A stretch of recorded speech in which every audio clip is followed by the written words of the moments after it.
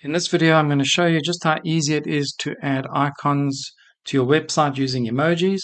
So for example, these are icons that were added at the menu level, but the telephone there is added directly to the style sheet. And if I scroll down here, you'll see that I have this little sign, address details, and this hand pointing to the right.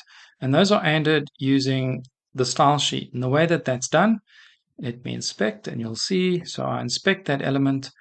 And you'll see that I've added the before tag, and in the before tag, I've added the telephone emoji, and I gave it a margin of right so that it just steps a little bit to the left. So to show you how I did this, I just went along here to getemoji.com and looked for an appropriate emoji and then applied it to the side. So the telephone, and I'll just show you an example then.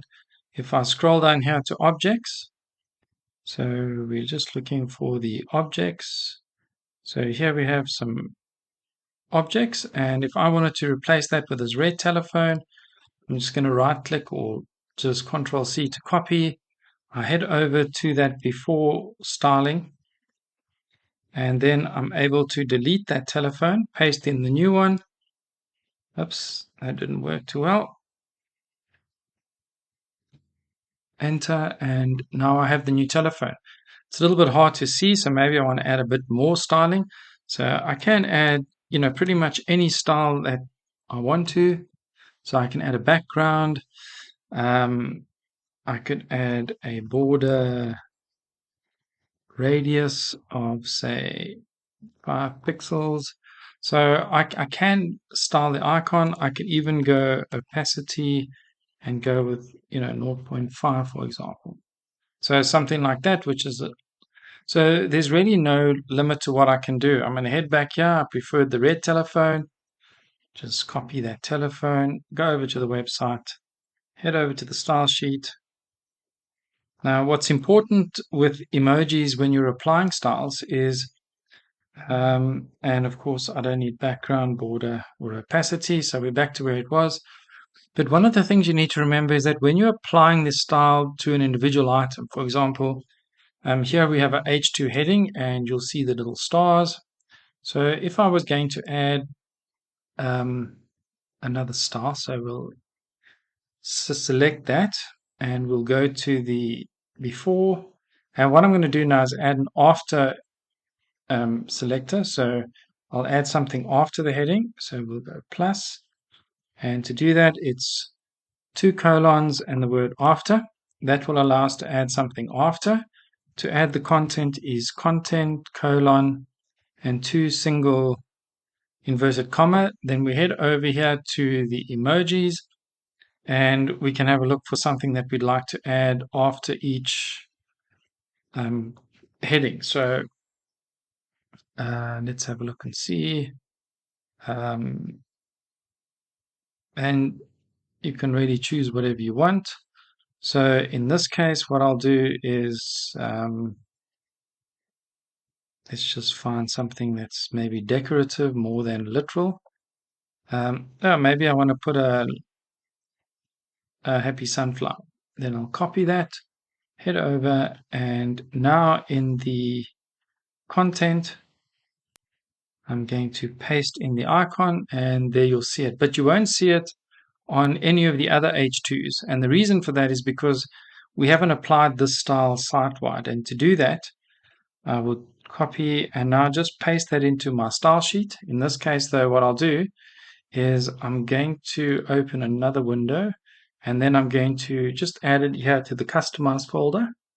So go into the Customize, Additional CSS, and you'll see there we have the H2 before, and now in this case we've added it to a headline, and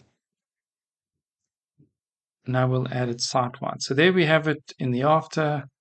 We'll publish, and now on the website all the elements with the H2 will have that happy sunshine displaying after it.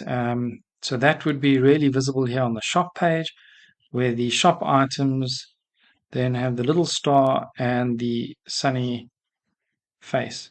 So that's how simple and easy it is to add the icons. The way that I like to work is, just for ease of use and to see what's going on, is use the customize on one window.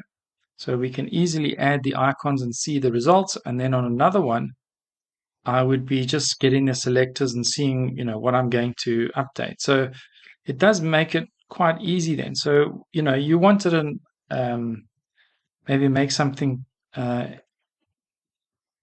different here. So in this case, it would be hard to do something because this is a text link. So if we added an icon, it would be before the whole button. If this was styled slightly differently and you could access the text independent of the complete wrap, then you could very easily make an icon button. Unfortunately, let's have a look at this. Sign up for free. Are we able to access the text? No. So if the texture had been wrapped in a selector and then the ahref tag was around that, so there were two separate wraps, we'd then be able to add an icon in front of the text. Now, I don't think there's an example here where we can create an icon button that is not an icon, except the one place, I think that's also a text link. Yeah, so the only place where we can do that is actually here on the product page. Now, all these buttons here, we've added icons to. Some we've added them via styles, and some we've hard-coded because of the way that WooCommerce processes and adds the out-of-stock status. But in terms of the sale items, for example, very easy. Simply right-click on the button, hit inspect, and you'll see here that I've added a before. And in the before tag, we've actually added the content sale with an arrow to the right, pointing to the I'm on sale. We've made that yellow, and we gave it a margin to the right of 5 pixels so that it stood apart. And then what we did in the after is we added, in the after Ajax add to cart, we added the content, and there we put a smiley face. So in this case, we've been able to add icons to our buttons very easily. The same there with the add me, sale, I'm on sale, options with a thumbs up and buy me. So you can have quite a bit of fun with the buttons. The only thing that I need to point out to you in terms of the buttons is that the stock status is not always entirely accurate. So if you're going to use the in stock or out of stock selector, there is just one little snag, and it depends on the products that you're using. So here we have a class, and here it says in stock. Now, if I go along here to the group product, it also shows as in stock, but the child products for that group, none of them have stock. So it indicates as in stock in the styling when it's actually out of stock. So if we'd use the selector in stock and to determine where the icon must go, then that would have been incorrect. So with the sale button, it was quite easy because that is very accurate. So you'll see here in the selector before we said the sale class, and then we targeted the button and said before, and then we targeted after, but we're targeting the .sale selector first and then the button class. Unfortunately, if we were saying in stock, this would then show as in stock even though it's out of stock. So to get around that, the icons on some of these items then have been added at the text level and not at the class level. So to show you it works in the same way, if we have a look at the snippet here that was used then to create some of the buttons, and specifically here, for example, the grouped, you'll see here that we've just copied and then pasted the icon in where we wanted it, and then it still shows on the website as it does in the back end. So you might need a combination in the shop itself between when it comes to stock, if you're using the icons for stock, you probably will need a function to get the stock levels or the indicators correct. But if you're looking to target the sale badge, that's not a problem. You can add sale icons, and you can add the icon anyway. So in terms of it being a sale item, there's really no limit to where you might want to add an icon. So if you look at the price here, for example, I'm going to target that price. So you'll see there's the currency symbol. Here is the class that wraps the complete price amount. So that's the one that we want. And we'll just add that. And now what we're going to do, we only want it for sale items.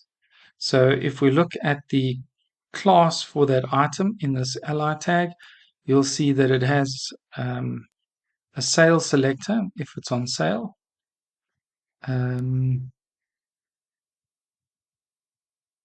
There we go. There's the sale selector. So we'll put .sale in the front. So now it will target the sale items. And then at the end of that, we're going to add the words let's go after, because we have the currency symbol in the front. And then here we can go content and 18 so low. Okay, so that's targeted the old price. So maybe what I'll do then is we'll just go was. So it's targeting both prices now. It's not just targeting the new. So now what we must do is see if we can just target that 18. So to do that, let's have a look. So what I'm going to do, so it's really just a case of finding the right selector in most cases. So that after there, I don't want that in there anymore. So I'm going to just delete that star, that class, if it'll go. Or else I'll just deselect the allocation like that, and then it goes away. And then what we'll do is target this BDI. It looks like the BDI is the class that we want. So there's the BDI, and then dot sale. And then at the end of that, after, and now we can go content, and in those inverted comma we can go great price, and then if we want to style it further we can.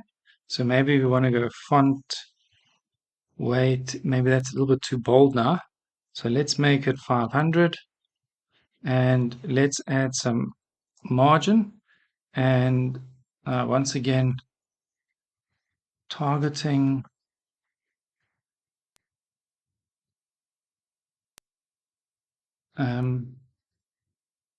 the same price.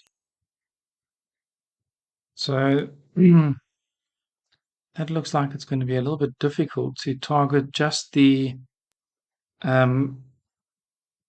product that is on sale, which is a pity, because it would have been nice to add that just after the 18 instead of doing it on the before and after price.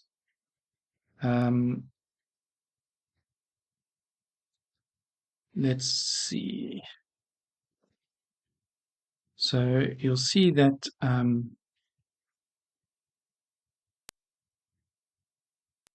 so there's a slight difference here, and maybe what we can do then is in that selector, see if we do that. Right, there we go. So now we've found the right selectors, and we have great price, and we've dropped down the font weight. And now what I can do is I can also now go margin and go 0 and 5 pixels. So it'll just be a little bit to the right. And if I want to change the font size, I can do that as well. So maybe I'll make it a bit smaller. So you get the idea in terms of what you can achieve there. And also, if I wanted to change the layout, because at the moment it looks a bit low, then we simply go display flex. And in this case, though, it's being applied after. So because it's being displayed after, it's not going to work. If it was displayed forward, it would work a bit better. Well, that just pushes it down below. Alternatively, then, I'm not going to play here too much. So there we have the, grade price. Alternatively, if I wanted to put an icon in there, I'm going to head over here, and it's a very happy thing. So I'm going to put a rainbow in. So we simply select it, copy it, head over to the products page, and now where I have the grade price, I'm now going to add a rainbow as well.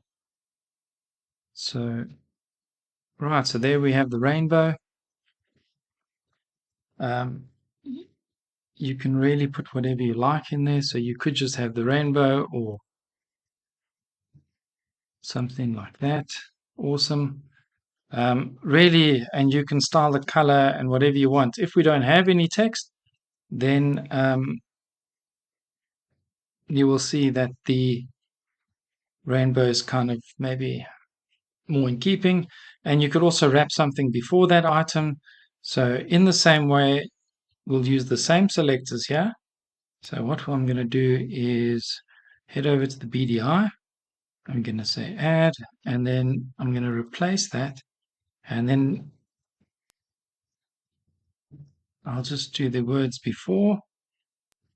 Right, so now I can go content, colon, and I'll head over here and find something else. So let's find a, there we go, picture of a frog. Before, and we'll go content, colon, icon. So now we want to apply that to all the sale items. So it may not show on all the sale items. No, it is. So there we can see how these sale items now are already starting to look a little bit better. The reason I open this window first is so that I can just head over here, paste that in, publish. And once I'm happy, I can move the styles from the customize into maybe the theme style sheet. So now if we close that, so you can see how okay, I didn't copy the rainbow portion of that in. I just copied in the before. But if you wanted to do it here as well, you can. It's very quick. We simply do after, head over here. Let's find rainbow, copy, head back to the style sheet. Now, what you're going to find sometimes with the icon is that the selectors behave a little bit differently, or the editing behaves a bit funny, so you just need to work that out. And if I refresh that, you'll see now that we've added the rainbow. So you can, really do whatever you like on your shop now to make it look, a lot more interesting. Maybe this is a bit overkill with so many icons, but as you can see, you can now make an icon button using emojis instead of going through the hassle of an icon. And then also by using the style sheet, you can turn a standard button, which is what this is, into a button with an icon. If you're adding in the text, you have full control over the color. But if you're adding in an emoji, then of course, whatever color the emoji is, that's the color that you've got. So that might be a small limitation in terms of the emoji you're going to use. But on the whole, it does make it a lot more interesting and a lot easier then to, just add a little bit of character to the website. The other thing I want to try here is that in my menus, maybe I want to add an icon to the menus. Now, traditionally, what's nice about adding a normal icon, of course, is that the color can change as we hover and do all those kinds of things. But if you wanted to add an icon, would it be possible to add, I'm not going to look at it from the hover effects and things like that. So here we have this particular menu item, and I want to wrap it, around the product tour.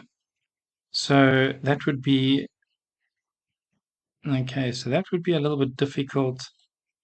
So it really depends on how the styling is set up, because the way that this is set up is if I added something, I'd have to add a negative something to it to get it close to the writing, because this is effectively a text link. Even though it's a menu item, it's also coming through as a text link. So if I was going to add it there, I'm going to add it anyway, and I'm going to add that. Now it's a menu item, so I'm going to just go. It's an A tag, but on a menu dash item, and then we need to do the after. Right, and now what we can do is content, and I just want to check that everything's working. Like that my spelling is correct. Menu item after. So yeah, there we have the A visible. I'm going to head over here to my icons, and I'm just going to choose this cloud because it's a little bit lighter. So we'll copy that, head back here, and then just replace the A. Okay, so there we have the cloud, but it won't be affected by the mouse over. So that part of it is not so great, but we were able to add the icon after the text. So I'm going to go back now to these buttons. So on these text buttons here, the read mores, I'm going to insert a, and this will be for this particular. So maybe we just want to target a particular button, and then let's go after, and we'll go content to single inverted comma. I'm going to head over here, and now what I'm going to do is a little bit differently. I'm just going to type in arrow, and it'll do a search, and I'll just look for an arrow. So in this case, maybe this upright arrow. So there's the little copy icon. Let's try that. We hit copy, head over, paste that in, and there we go. So now we have an icon button without needing to add an icon. Now the only thing here with this one, so I thought it would add it after all the padding and things, but it doesn't. It actually ignores the styles associated with the A tag there, and you'll see here that we have padding top right, bottom left, but it ignores that and actually adds pretty much after the text. So it does mean that you can now have icon buttons quite easily without having to add an icon. Only thing is the hover effect isn't working.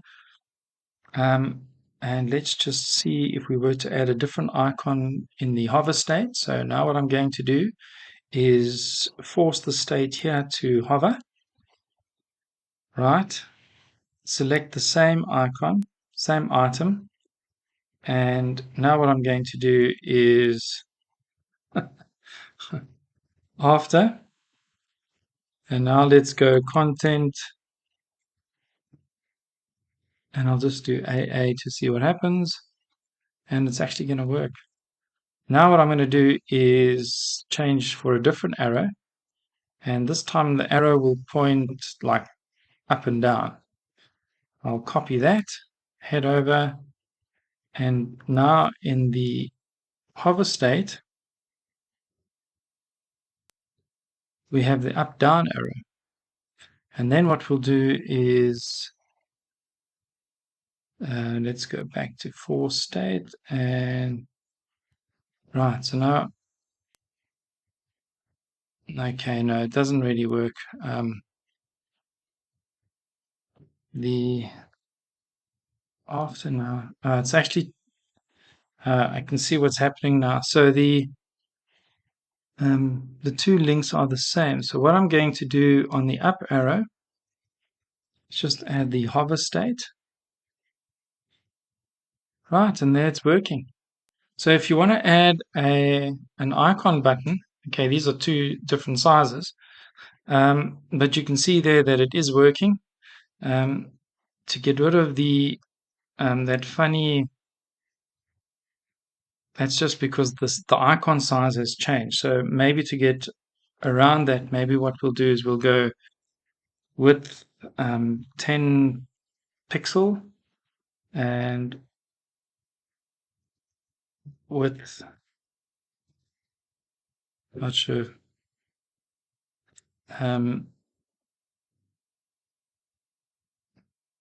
Okay, so maybe with some creative styling it'll be possible, or just to get two icons that are similar in size. So let's go up left arrow. I'll copy.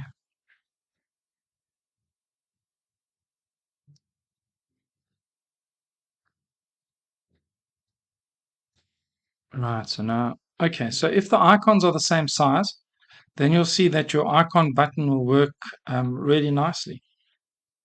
Yeah, so icon buttons are possible with the links, and you can create different hover effects. The only thing that you can't do is change the color. So yeah, so here you can see we have the icons here added really nicely. Some icons here, you can add them to the style sheet quite easily.